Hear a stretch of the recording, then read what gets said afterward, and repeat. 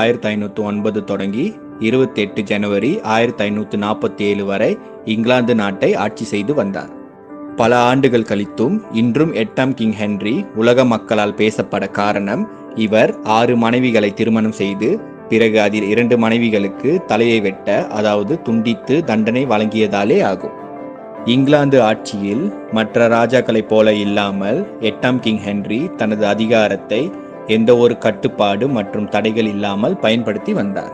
Roman Catholic சமய தலைவர்கள் 8ஆம் கிங் ஹென்றி தன் விருப்பம் போல 2வது திருமணம் செய்யக்கூடாது என்று கூறியதால் 8ஆம் கிங் ஹென்றி இங்கிலாந்து நாட்டில் ரோமன் கத்தோலிக் சமய ஆட்சியை கலைத்தார்.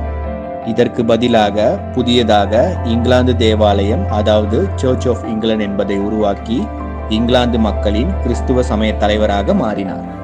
8ஆம் கிங் ஹென்றி மனைவிகளை கொன்ற கொடுமையான அரசராக வரலாற்றில் இடம் பிடித்துள்ளார்.